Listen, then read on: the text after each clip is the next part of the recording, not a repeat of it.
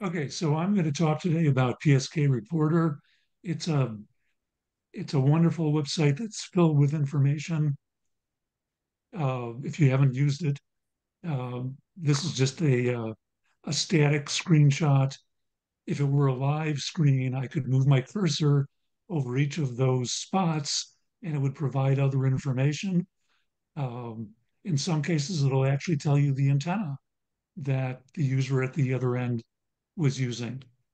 PSK Reporter is very intuitive to use. And yet, if you dig a little bit deeper, there are some more capabilities. And there's some things that you can do with it that maybe weren't obvious at first. In fact, that was the most common comment I got from readers was that I've been using it for years and I didn't know about some of these other capabilities. Okay, so the internet has really provided a lot of enhancements to amateur radio. And I just started writing them down off the top of my head here. And I probably missed a few, but if I think back to when I started in amateur radio, and I'm dating myself here, but it was in the 1960s.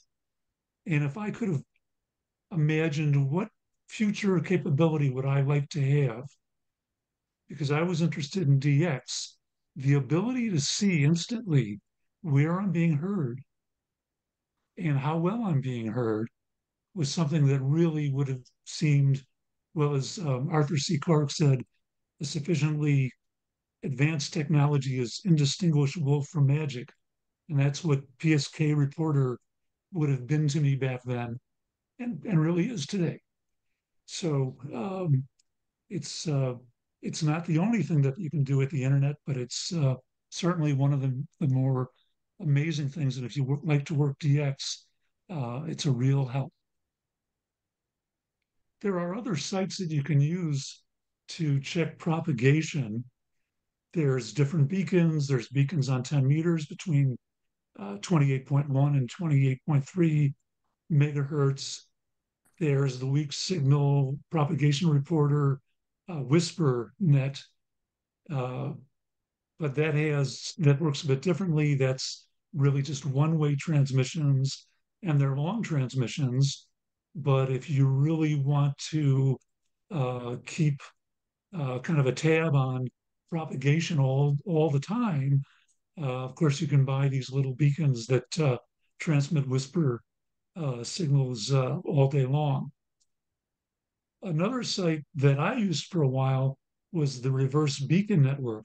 That's really best for CW and radio teletype. It also feeds into some of the DX spotting sites.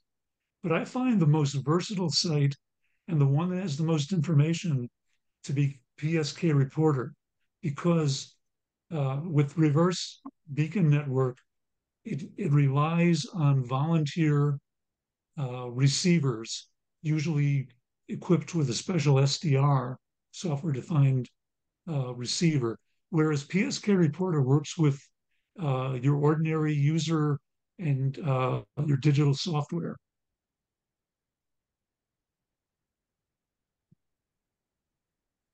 And so, as I mentioned about it, it's very intuitive, can give you a very quick read on propagation. Just call CQ a few times with FT8, or you could do it with CW. It does occasionally pick up um, spots of SSB, but that only happens when the user has logging software that uploads those logs of those contacts to PSK Reporter.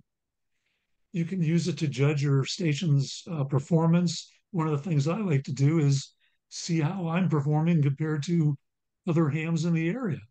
So I take a snapshot of my performance and then look up some of my friends. And uh, sometimes I'm disappointed, but it's kind of interesting to know how who else other people are picking up and who's picking them up. It's very nice for tracking down de-expeditions. I've worked a number of de-expeditions within minutes, literally, by just typing in the call sign of the de-expedition seeing where they're active, what frequencies they're being heard in my location, where they're hearing people from my grid square, and was able to work them within minutes. And another way that it's being used is for scientific research. It's being used to study.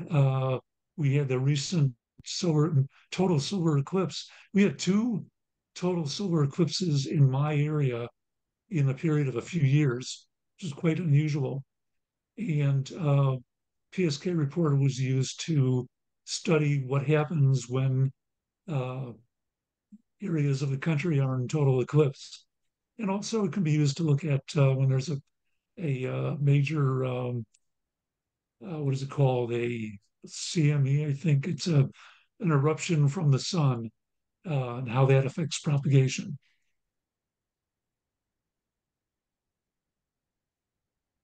Some things that aren't immediately obvious when you're using it, you can use it to compare the performance of different antennas. What I like to do is uh, type just, I go into FT8 and I change it from CQ to just sending Vs, 3 Vs instead of the CQ. And then for each antenna, I put a -1 or -2 after my call sign so that I can later look at the entire screen and compare signal reports.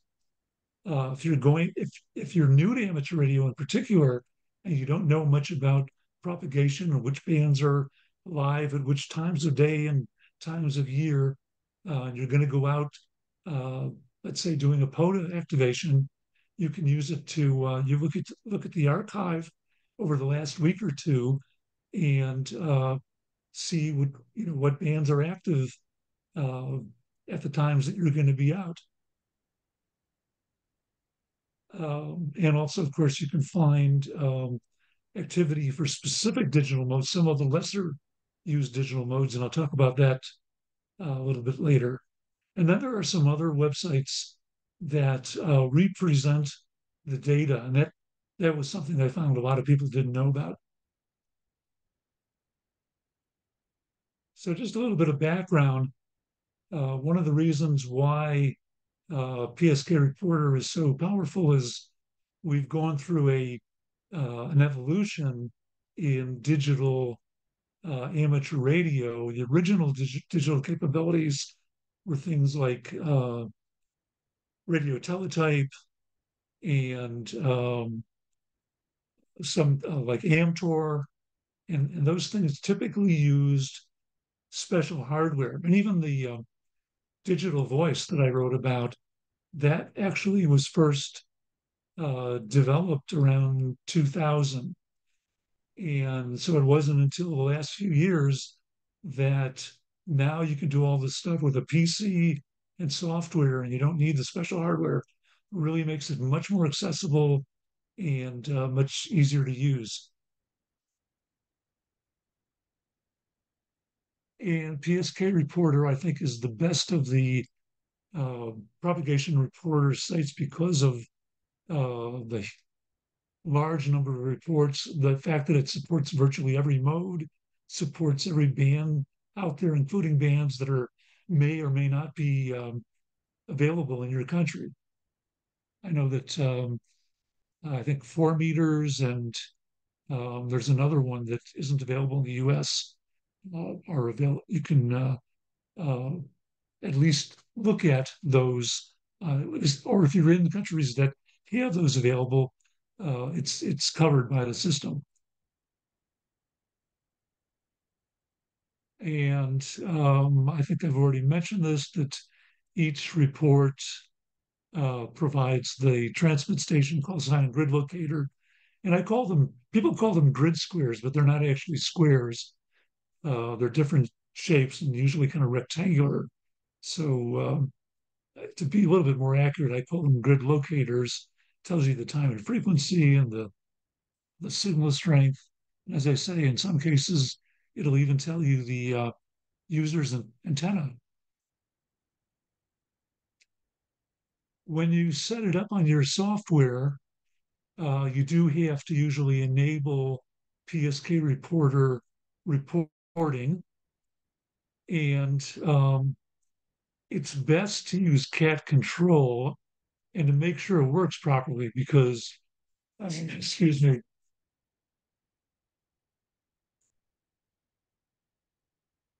um, if it doesn't work properly, you either have to manually enter the band or you're going to be reporting the wrong frequency. And in fact, they get a lot of wrong frequency reports, but Philip Gladstone, the guy who developed the system, is a pretty sharp character, and I think he's worked out some kind of system where it detects after a while misreports, and he prefers that you enter your 6 character grid locator in the software to provide the good granularity in terms of locations. You can't actually get more granular, but you can get kind of ridiculous if you go to a 10 character. It's like within a few hundred feet of your home.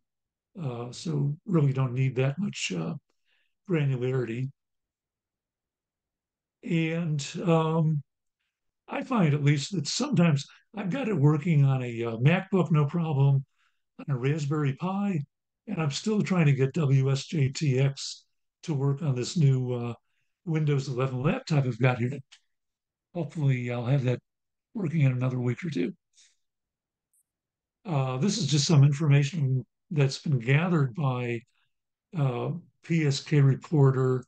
There is a page you can go to of statistics, and here it's showing the huge amount of activity and how it varies over the course of time. This is just, and I just picked up, some information several days ago. So this varies obviously, but as you can see, FT8 is just reflects the fact that FT8 is so tremendously popular compared to the other modes. But there are still significant numbers of reports for other modes, and I use several of these others, including FreeDV, which is not shown here. And here's some of the popular software. This is not the complete list, but I wanted to show that WSJTX is far and away the most popular, but there are some others that are um, fairly popular. Now, another capability that is kind of hidden is if you go to this um, URL and you plug in the mode that you want to look at in your grid locator, you can get statistics on the activity and also active frequencies. Now, for some reason, it's not really giving you uh, the right FT8 frequencies. It's seems like it's rounding it up, rounding it down. I'm not sure why that is, but I discovered something in experimenting just the other day. Instead of doing a 4 character grid locator, if you just use a 2 character, you get a lot more data. So if I were doing this slide over, I would have just used the first 2 letters.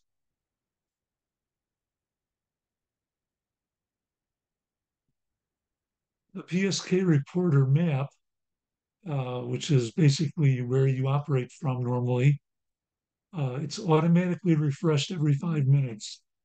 You can um, refresh it yourself occasionally, but if you try to refresh it uh, repeatedly, it will kind of lock you out and make you wait a full 5 minutes.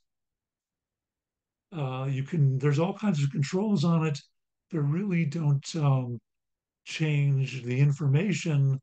Most of them, they just change for your preferences of how you like to look at it.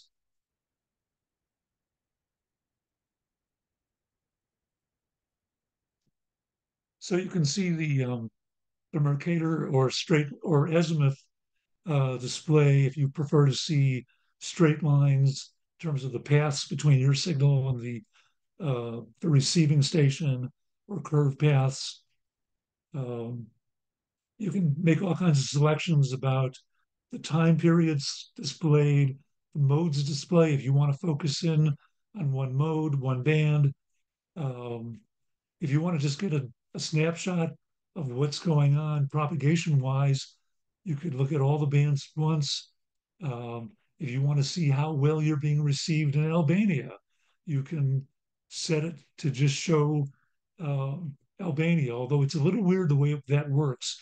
You actually do have to enter a valid call sign from Albania. The station doesn't have to be active, but that's how it um, decides what country to look at. So it doesn't have a drop down list of countries, but it will take the country of the call sign you entered.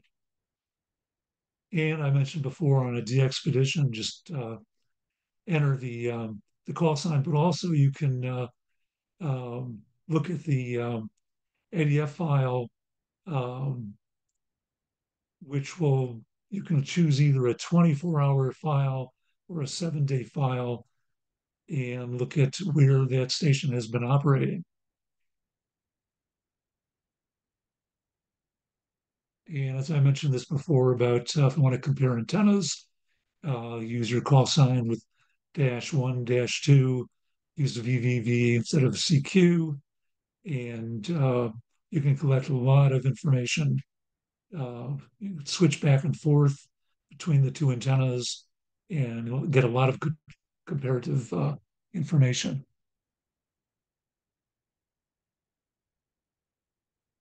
PSK Reporter has a raw spot feed. And I should have mentioned the guy who developed PSK Reporter is a fellow named Philip Gladstone. And he's actually a Brit who's living in the US right now. I think he works in the US. And a fellow named Tom Fanning is running a server.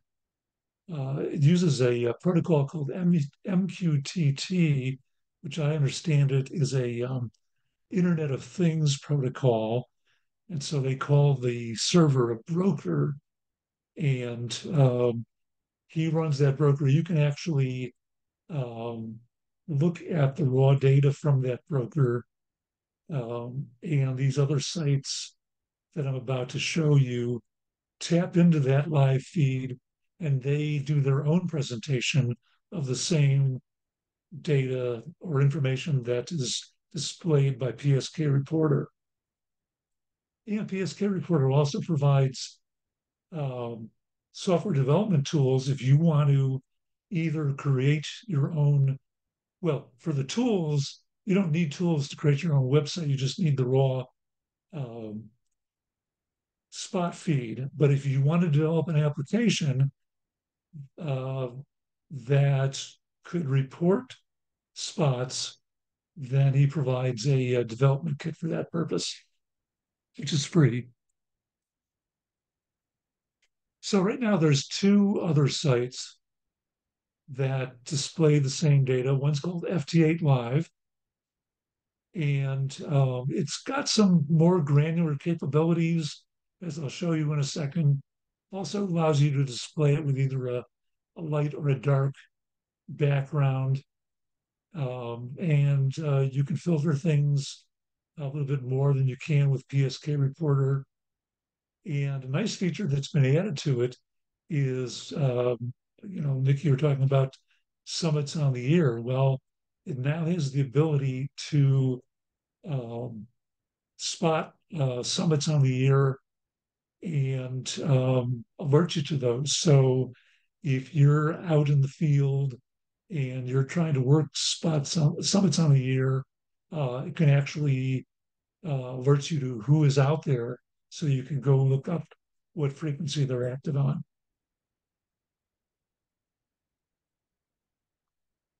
So this is a look at FT8 Live. Um, I find for me, um, it's not quite as useful for general use, but I think if you're looking for something very specific, if you want to look at a specific range of signals, very weak signals, or you want to limit it to very strong signals, um, or if you want to look at just a specific location or a narrow grid square, uh, it does have a lot of good tools for that. And then the other site that's interesting, and I find it a little more useful for my purposes, is called Spotty. And what I like about this site is you can set a timer for how long the spots will be displayed. And it uses, I think it's called live streaming, so that you don't have to refresh the page. It's constantly uh, putting new spots up and taking them down as they expire. So if you want to be able to see, if you know that at that time of day propagation is changing rapidly, you can actually set a short time to live on Spotty, and you can see how propagation is shifting in real time.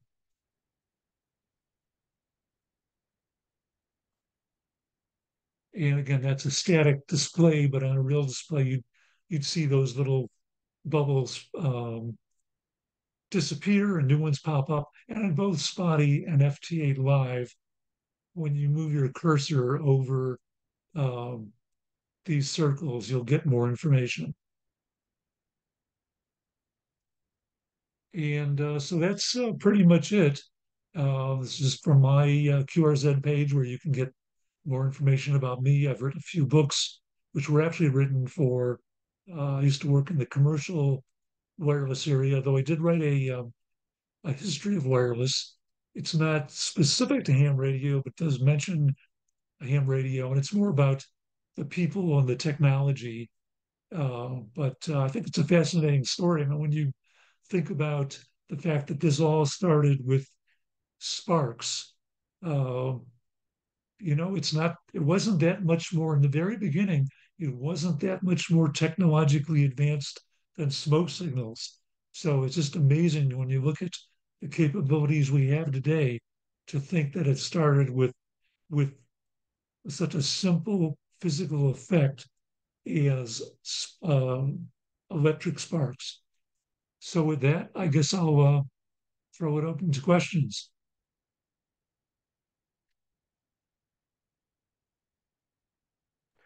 Lovely. Thank you very much, Ara. We'll need to get a copy. Remind me to ask you for a copy of your presentation as a PDF so that we can give it to anyone who wants to go back and make a note of some of those links you put in there.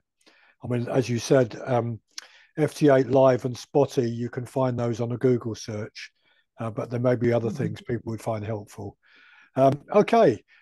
Should we take the presentation down or the QRZ page there, and we'll open it up to anyone's got a question or comment that they want to put to Ira tonight. Who wants to go first? Wave or shout at me, or open your microphone, whichever's the easiest for anyone.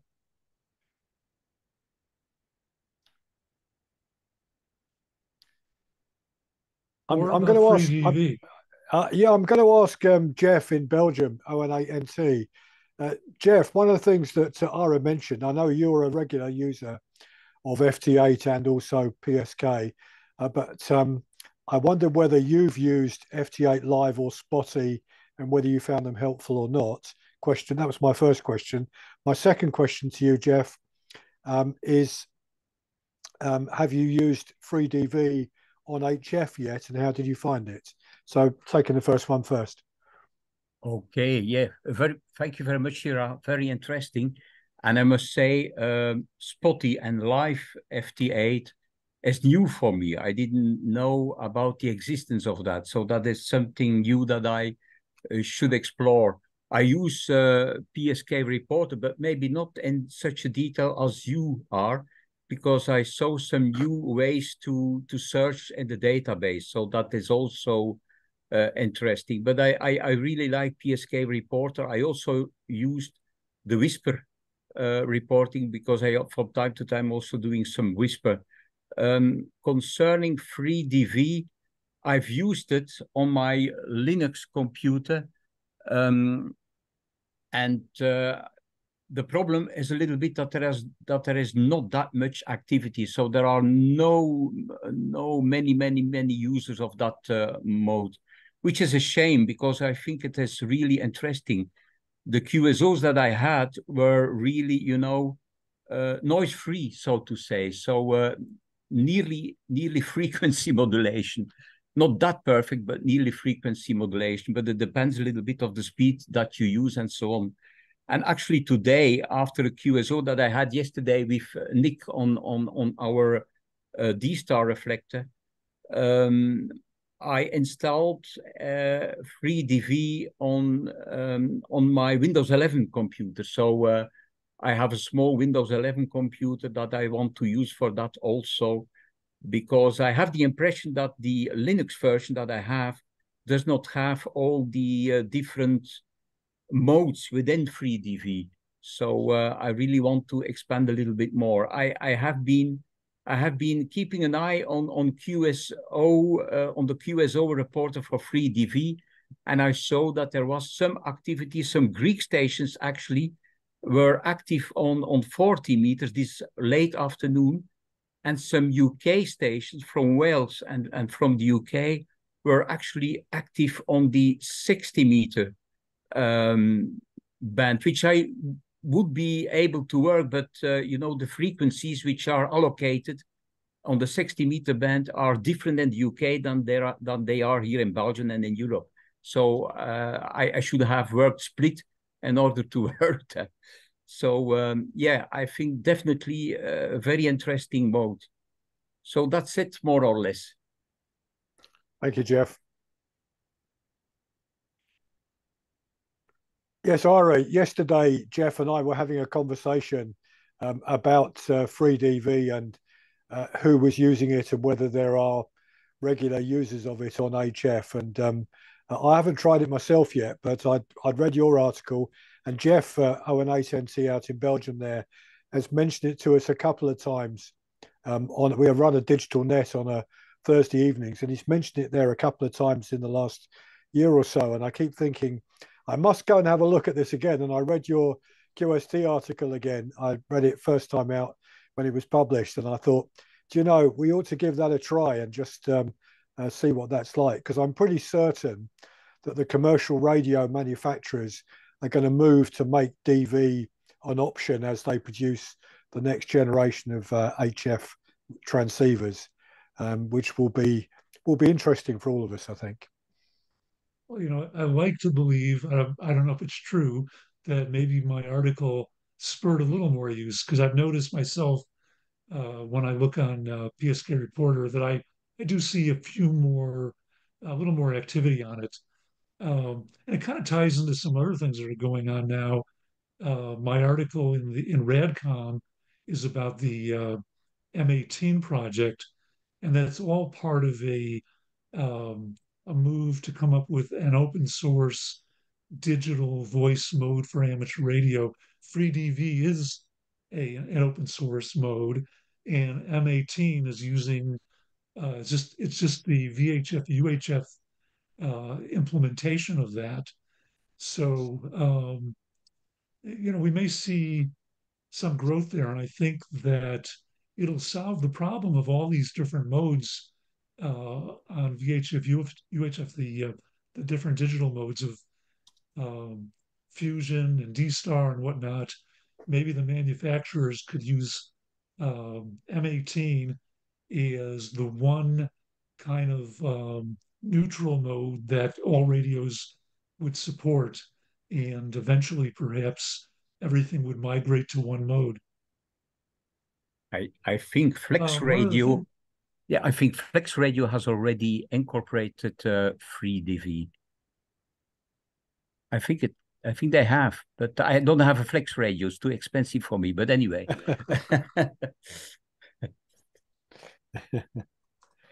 Is that in the latest variation of Flex Radio? Do you know, Jeff? I think so. Yeah, I think so. or it's a plugin or something in the software that they are offering to customers. I think it's a plugin. Yeah, it's easy. It's easy to edit. A couple of the things about free DV though that are interesting. Um, you mentioned that it's like FM, and of course that's because it's digital. And what that means is that you don't hear atmospheric noise. You don't hear Yeah. it at all. And but there is a kind of noise. It's called quantization.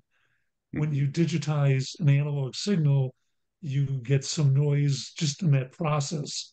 But fortunately, um, it's not too bad, and it's a pretty aggressive bit rate. If it was a higher bit rate, it would sound even better. It would sound like you could do CD quality if they'd allow us to use the bandwidth. The other thing though is that, which I find really interesting, is when you're talking to somebody with free DV, if you're running 500 watts and you go down to 1 watt, and if you guys can still hear each other, it sounds exactly the Yeah, same. that's Reducing true. your power makes no difference as long as you're getting through. It's just when you start to get bit errors, then your signal will start to break up. I also have um, I also have adopted, on I have the 7300, the IC 7300, and there you have an option with FT8. There is a special knob and menu too for FT8, but I also made a special option for FreeDV because the settings for FreeDV are not the same as for other digital modes. For example, the bandwidth should be smaller, so I use filter 2. So I made a custom thing for FreeDV. By the way, I found that by an American amateur with which I forgot his call sign, who provided me with that information really for all the items and the settings of the 7300. You really have to adapt that. And that was very helpful because at the beginning, when I was using the settings for FT8, was not working properly. It actually works much better with the designated FreeDV settings. So if anyone wants that document, just drop me a line. I can send you that. That reminds me of a warning about it because people don't realize maybe when you're running free DV, when you're running digital, you're transmitting bits all the time. Yeah. You don't stop. When you stop talking, it's still sending bits. So if your radio would overheat if it was running continuously at full power, you need to turn the power down on the assumption that you're transmitting continuously when once you hit push to talk, your continuous transmission. Yeah. Yeah. It's like holding yeah, your CW key down. Yeah. I'm yeah. not using. That's an issue, isn't it? That people have run up against running PSK, not PSK, running FT8 or FT4, particularly FT8, is that they buy a balun from a commercial manufacturer who says it's rated for 400 watts or 1 kilowatt, and they think they can put 400 watts of power through their FT8 transmission, or a No way. kilowatt of power as we're now allowed in the UK through their FT8 transmission, and then they wonder why their balun has blown up, because the ratings are ratings only for single sideband. They're not even ratings for CW, let alone a continuous transmission like a digital voice or FT8. So Ira, that's a good warning to all our viewers tonight, just to be a bit cautious. If you've got used to running a linear and running 400 watts, or if you're one of those that's running a kilowatt, which we're now allowed to in the UK, just for crumb's sake, turn it down when you're running any of these digital modes. I'm using maximum 20 watts in my ham sticks. That's more than enough to reach all continents actually at the right time and with the right propagation. Yeah, absolutely. Terry, you had your hand up. Indeed. Sorry, I'm trying not to cough now. Sorry. Um, with DV, digital voice, how long does it take between you pressing the PTT and all the digits lining up and getting through to the loudspeaker at the other end? Uh, my thinking is, can you use Vox, or does it take a half second or a second to synchronize? I know you can use Vox, um, but I think it's recommended with a lot of the digital modes to maybe just wait a moment before you begin speaking. But I don't know how much delay there is there. But you're absolutely right with, the vocoders on both sides and the propagation delay. It's not going to be instantaneous. So if nothing else, you're going to cut off the beginning of the first word if you speak immediately. And that's what I'm asking. I have no experience of digital voice.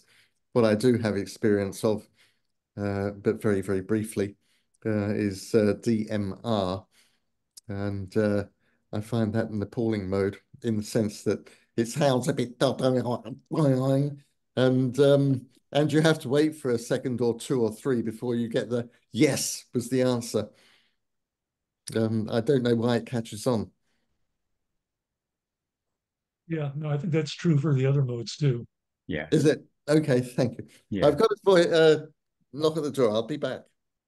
There is a small delay. I'm actually using Vox, and I'm using the space bar of my computer to activate the PTT, and there is a very small delay, but that's not a big problem.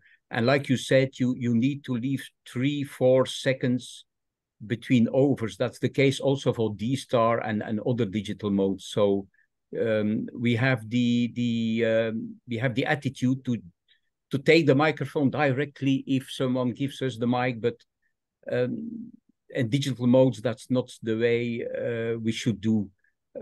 So the best thing is to leave 3-4 seconds between overs, and also in 3DV, it's on HF, it's the same.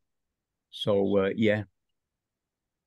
And often though, you need to use Vox in some of these modes Yeah. to to just to key the transmitter. So Yeah. I'm using I have a Jigu G90 that I use out in the field, and when I run digital modes, I have to use Vox because I can't get the cat control to work. I don't even know if Mm-hmm. it supports cat control. Probably does, but Mm-hmm. Mm-hmm. Right. Anyone else? Yeah, go on. Sorry, go on. Go ahead, Jeff. I only use Vox actually for 3DV. For all the other modes, I use cat control. So it's only 3DV that I'm using Vox, mostly because I have not figured out how I would use cat control with 3DV. So that's work in progress.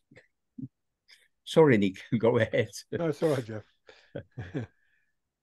Right. Anyone else got a question or comment to put to Ira about well, either PSK reporter or DV modes on HF?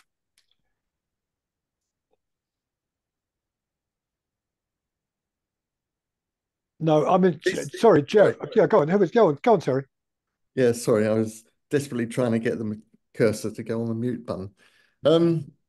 Yes, you mentioned Whisper, and I had a little dabble with Whisper. And you mentioned the little beacons that you can buy for not very much money, which will sit there churning out day after day after day if you want them to. I ran two of those in sync, so each one put out a transmission at precisely the same time on the same band. Obviously not quite on the same frequency, but very, very close. And each one of those beacons I put onto a quarter wave vertical. And the two verticals were spaced at about 50 foot apart. And I was puzzled, completely puzzled, as to why one would be sending me back a signal to noise ratio of sort of -10, and the other one at the same time on the same frequency-ish, it will be at -20. And you think, oh, what's broken with the first stereo? But no, they swap about. They are so inconsistently inconsistent. It's unbelievable.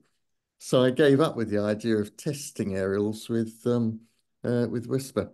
Two identical aerials, same transmission path, same timing, and you couldn't tell which one was going to be strongest by maybe 10 dB. The magic of propagation. Yeah. In a mobile environment, I mean, the variation, just you're in motion and signals can vary 10,000 fold.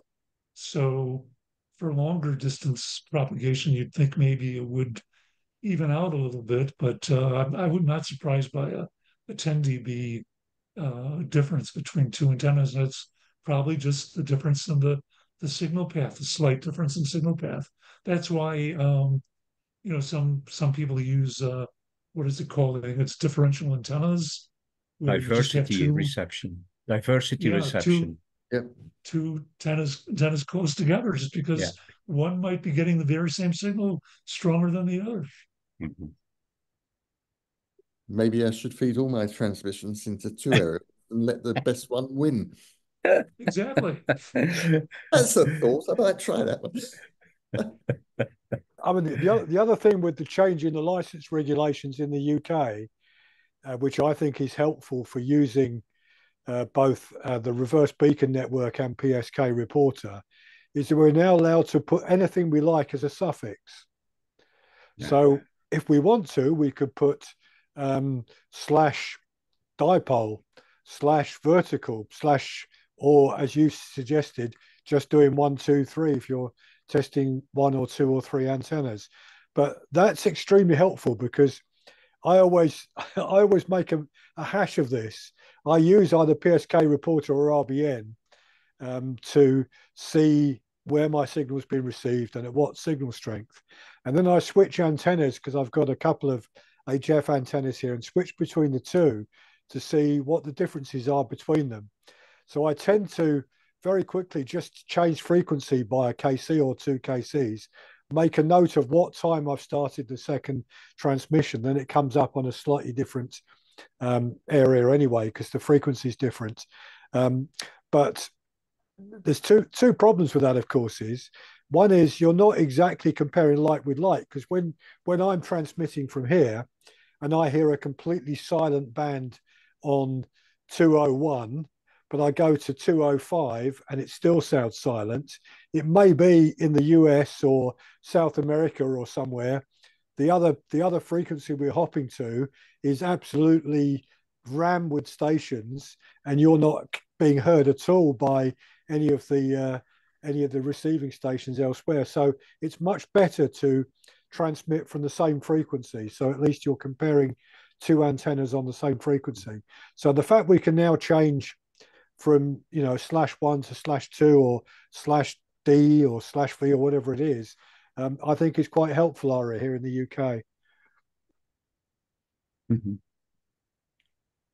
Yeah, another thing that I like about PSK Reporter, I do operate FT8. I know not everybody likes it. It's very impersonal, but sometimes I was really surprised to see, like I've operated it on 2 meters, and I just have an omnidirectional antenna, but I can work 400 or 500 miles with that antenna. Once in a while, I see a report of somebody 1,000 miles away picking me up on FT8 on 2 meters.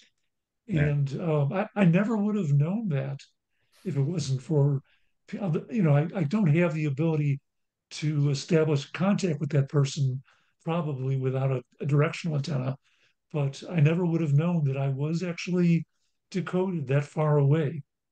And the same thing has happened on HF where, um, I've seen that I was being picked up in some very distant location where I had no idea the band was open, like the Indian Ocean or something. So yeah, that's last Sunday we had on 2 meters, we had a big opening, and I worked South Italy from here, which is 1,500 kilometers, and Greece, which is 2,000 kilometers, with FT8. Unbelievable. It was a big opening. That was for Radike, I think. that really was sporadic. And on 6 meters at the same moment, there was also sporadic with very, very strong stations. So, and on 4 meters too.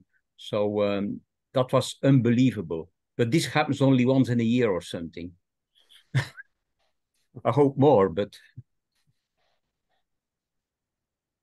Well, that's where one of those whisper beacons can help you. It could, Yeah.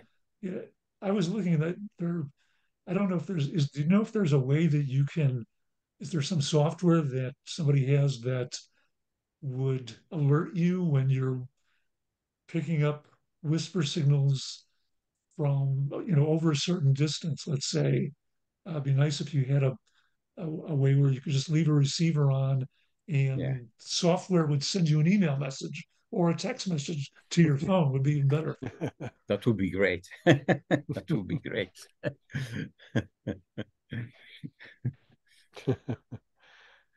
Someone will sort that out at some stage. I think I'm so. quite sure. Yeah.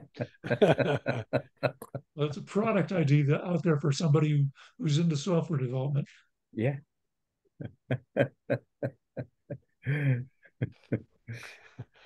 That will get everyone complaining again about interference of the computers with radios.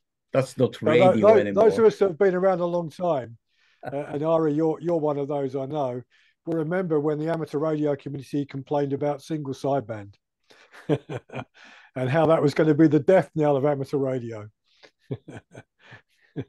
Getting rid of the lovely AM and CW and replacing it with this horrible mode that sounds like Donald Duck. Yeah. Like the impression Terry gave of a DMR sometimes.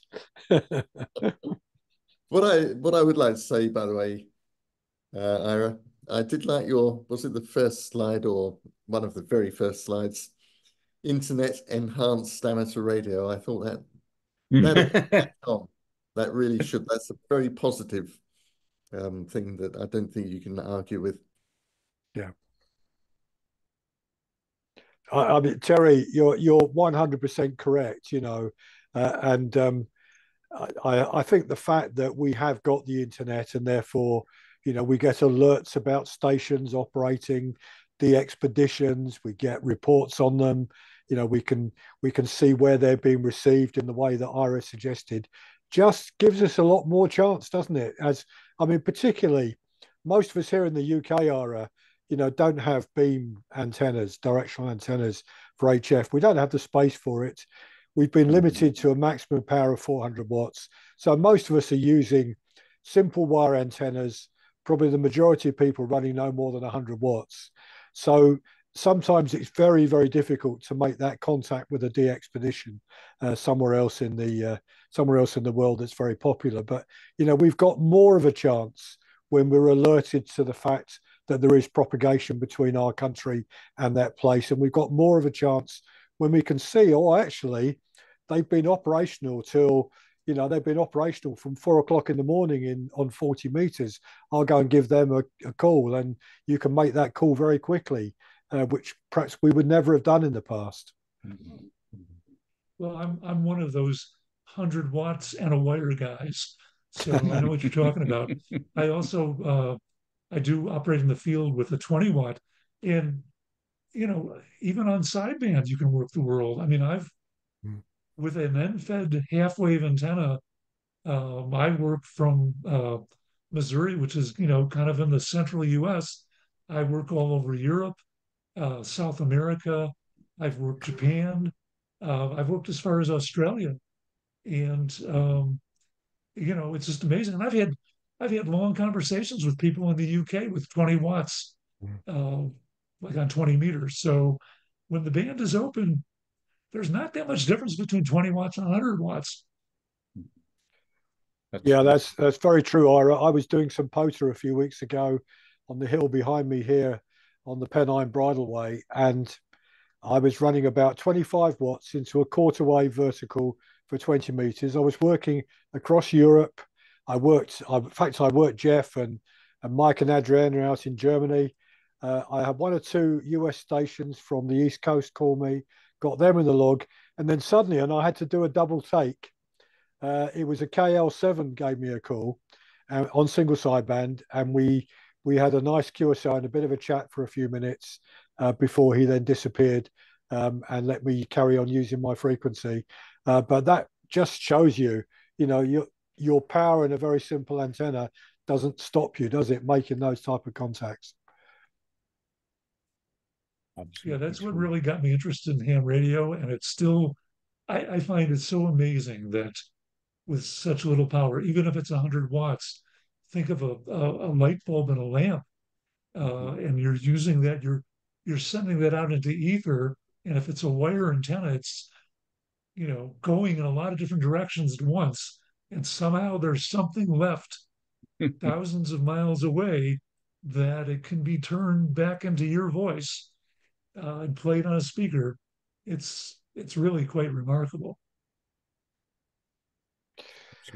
Indeed, even more so using QRP, Ira. If you're running 5 watts and you make those contacts, and you're thinking, well, actually, the power of this is less than my torch, battery torch I'm holding in my hand, and I'm sending these radio waves. They're being pushed out from my wire antenna here right across the planet, and are being picked up in wherever it is. I mean, I'm like you, Ira.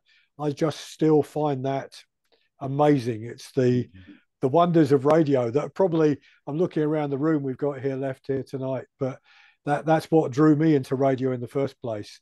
Just the wonderful thing that you're doing, and having an understanding of what a radio wave is, and then you're using that to make these contacts with people in other parts of the UK, other countries across the planet. It's just still surprises me.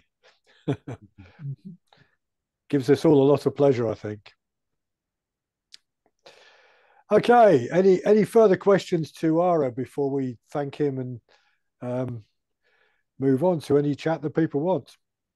Yes, the only thing to point out that these digital things are great, and I use all sorts of SDRs and every other aid that I can get. Yeah, as they say, as much help as I can possibly get. Downside is it's if you see a spot of somebody or other, you're going to twiddle straight there. You're not going to gently go up and down the bands, and you'll miss a gazillion other people. But you can only be in one place at one time. Indeed. Yeah, and by the way, while we're talking tonight, we've got coming up in July a talk from one of the guys that's going out with Nobby. You remember Nobby G0JVG, who was out on Rockall Island last year with Emil. They're going out to Flannan Island, which is also uninhabited, but has got a life. It's got a lighthouse on it, rather, although it's not operational, hasn't been for a long time. But no one lives on the island, and they're going to go and activate that using the same call sign they used for Rockall last year. So it's going to be Mike 0 Uniform Kilo India. So they're going to be looking for contacts. And Denbydale Radio Club has volunteered to be the host station to make contact with them for the purposes of passing information every day between ourselves and home, because they've got no mobile signal. They've got VHF radio to contact the Coast Guards if there's an emergency, but they're going to use us to relay signals back home to contact family, or vice versa if there's a need to contact any of the guys that are running that de-expedition. So we're going to be setting that up, and we've had 3 or 4 volunteers. I'm looking at 1 or 2 of them on the screen here tonight that have volunteered to be receiving stations on 40 meters. So we'll get the details of that in a few weeks when Nobby's worked out when they want to do that. So yeah, I mean, that's what you just said is 100% right, Henry. Yeah, it does mean we can twiddle down and now see that there's that lovely station, that VK9 or whatever it was that we've wanted to work for a long time has suddenly popped up on 15 meters, but me and 1,000 others are doing the same thing. Just a thought, you mentioned the Nobby D expedition. With the change in license regs, where anybody can have a go at holding the PTT and the mic and speak to somebody else, And with the fact that we're not tied to GPO landlines anymore, are we allowed to do phone patch? Or is it a question best not asked and just do it? Well, to do it as in the old days, Terry, when the US guys used to patch the phones through to the radio to make a phone contact. That's it. I just wonder if I don't think we are, but I don't know what the specific bit of the new license regulations prohibit it, but I'm pretty sure we still can't do that. Well, we can allow anybody to come to our station. We can. And speak on the radio now. We can. Is there anything that says they can't be 100 miles away from our station by virtue of the internet? Probably not. Probably not. Yeah, go on, Gerald. Yeah, I'd assume it was okay until they tell us it isn't, to be honest. Yeah. I mean, so if I took a phone call from Nobby's wife in the morning on 40 meters, and I put the output of the phone to my microphone so that she could talk directly to Nobby, or even an unlicensed amateur on the station there being supervised by Nobby, that would be absolute. I don't think anyone's going to stop us doing that. Well, you're still in control of the transmitter, aren't you? Yep. So, yep. In my mind, it's okay. Yeah, at both ends, as long as there is a licensed radio amateur supervising the radio, that someone else can make the contact between each other. That's true. Okay, well, look, anyone else got any final questions or comments to Ira? If not, Ira, can I thank you very much indeed for coming to talk to us tonight and just give people a few ideas about how they can make better use of some of these. I mean, I hadn't heard of FT8 Live or Spotty, so I'm going to go and have a play with both of those after today and have a look at some of the other things. And also, Keith, M0KIL just posted in the chat a link to WSPR Whisper Spot database is usable for web scraping, and he's put in a link as to where you can go to find further information about that. So thanks for that, Keith. Ara, thank you very much indeed. Very, very interesting, and very grateful for you to join us tonight and give us your company. I enjoyed it. 73 at all. 73s. Cheers, Thank Ara. you very much.